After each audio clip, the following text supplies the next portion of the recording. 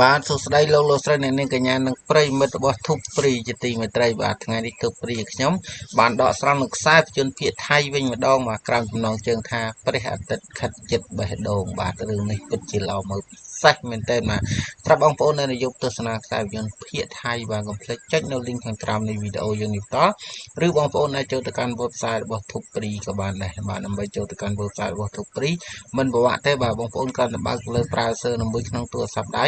ឬកុំព្យូទ័របងប្អូនហើយយើង search ពាក្យថា thupri.net អូខេចាប់ដើមមកនេះតែម្ដងបាទអូខេឥឡូវនេះយើងចូលមកដល់ Google ហើយចាប់ដើម search បាទ T បាទសុំទោសជាភាសាអង់គ្លេស T U B E F O E .net Interpol តែម្ដងតើពេលបងប្អូនចុចទៅលើពាក្យថា Thupri បាទអូខេឥឡូវនេះយើងចូលមកដល់ home page របស់ Thupri ហើយបងប្អូនឃើញថាមានខ្សែភាពយន្តជាច្រើនចម្រុះតែម្ដងមកមិនថាថៃខ្មែរចិនកូរ៉េទេបាទសិតសឹងតែជាខ្សែភាពយន្តពិសេសទីផងបាទអូខេថ្ងៃនេះបងប្អូនចង់ទស្សនានៅខ្សែភាពយន្តភាគថៃបាទក្រោមចំណងជើងថាបាទព្រះអាទិត្យខិតជិតបេះដូងបងប្អូនចុចទៅលើ menu ថៃមកបាទនេះបាទនៅពីលើគេតែម្ដងបាទរឿងនេះផងដែរយើងមានពីភាគ1បាទដល់ភាគទី19ទៅហើយបាទមិនធ្វើឲ្យបងប្អូនតឹងចង់ចាំយូរទេបាទជាមួយនឹងទូព្រីយើងខ្ញុំរឿងចេញភ្លាមផុសផ្លេតតែម្ដងបាទអូខេជាមួយបងប្អូនដែលប្រើប្រាស់តាមរយៈទូរស័ព្ទដៃនៅពេលបងប្អូនចូលមកមានតម្រងបែបនេះបាទមិនពិបាកទេបាទបងប្អូនគ្រាន់តែចុចលើ menu ត្រេ3ដងខាងស្ដាំដៃខាងលើគេហ្នឹងយកពាក្យថាថៃបាទអូខេតាមទៀតបងប្អូនស្វែងរករឿងដែលយើងចង់ទស្សនាជាការស្រេចបាទឬបើបងប្អូនចូលមកមិនឃើញរឿងនៅលើទំព័រខាងលើទេបាទដោយសារយើងធ្វើការអាប់ឡូតលឿនបាទបងប្អូនចុចទៅលើបាទប៊ូតុង search ខាងលើ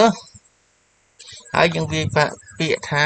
បាទព្រះអាទិត្យបាទពូបាទសំទោសបាទបងប្អូនអាចវាយជាភាសាខ្មែរក៏បានអង់គ្លេសក៏បានដែរបាទអត់ប្រកាន់ទេបាទជាមួយនឹងទូព្រីយើងខ្ញុំបាទអូខេតាបាទព្រះអាទិត្យបាទព្រះ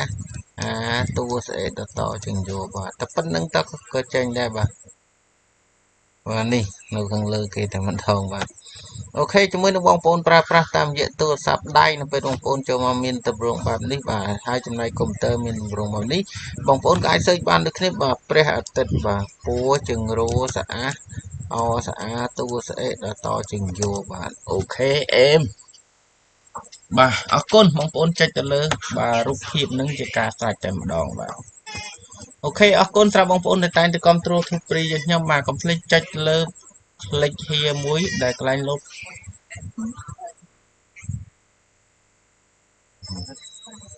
cloud plate plot ហ្នឹងបាទនឹង share ទៅតាមបណ្ដាញសង្គមនានាផងដែរបាទ